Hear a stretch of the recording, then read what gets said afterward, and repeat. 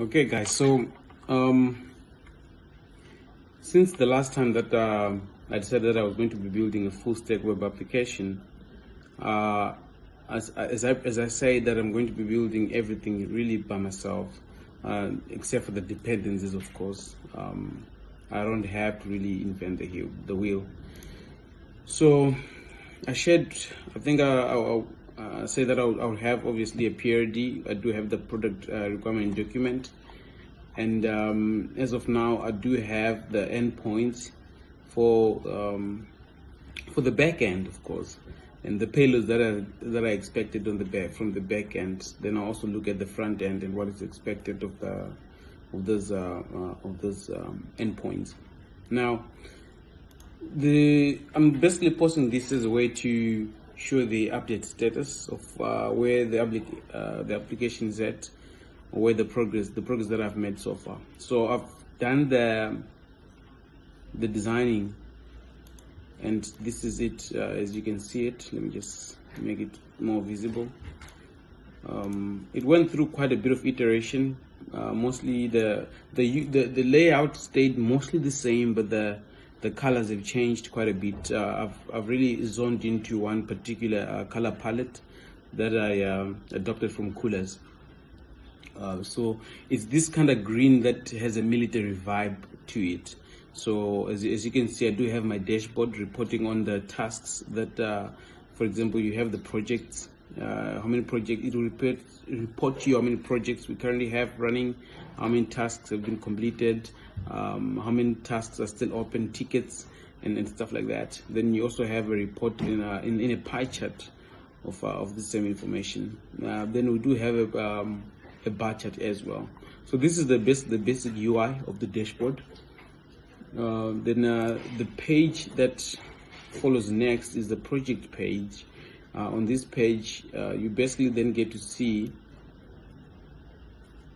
You can then basically get to see on a particular project. When you select it, you can see the different tasks within that project.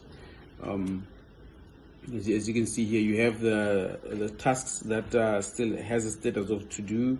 You have tasks that are in progress, in review, and the ones that are done. We also do have creating of a new task, and then we also have the mobile view of that. This is how it will look like on the mobile phone. So for all the pages, really, we do have the mobile responsive screen, how it's going to look like. Then we go on to the report. So each bug that is going to be completed is going to be submitted with the report accompanying it. This is the mobile page, how it would look like, and this is how it will look like on the big screen. And then the last few screens that I do have is the messages. I'm going to incorporate a chat feature that allows different team members to actually chat within each other, within the organization. You also notice that even on the project page, you see that each project is going to have there's this comment section, so it allows you to add different comments pertaining to a particular task, so that you don't really have to go to the inbox, then talk about a chat and having to refer to that chat. You can actually start commenting within that task that you'll be dealing with. So then this is how it would look like when you create a new task, when you open a task, and then there's a comment section of that particular task. So I've shared the messages. Then there's also the settings. These are basically the same basic setting. Well, let's not say same basic.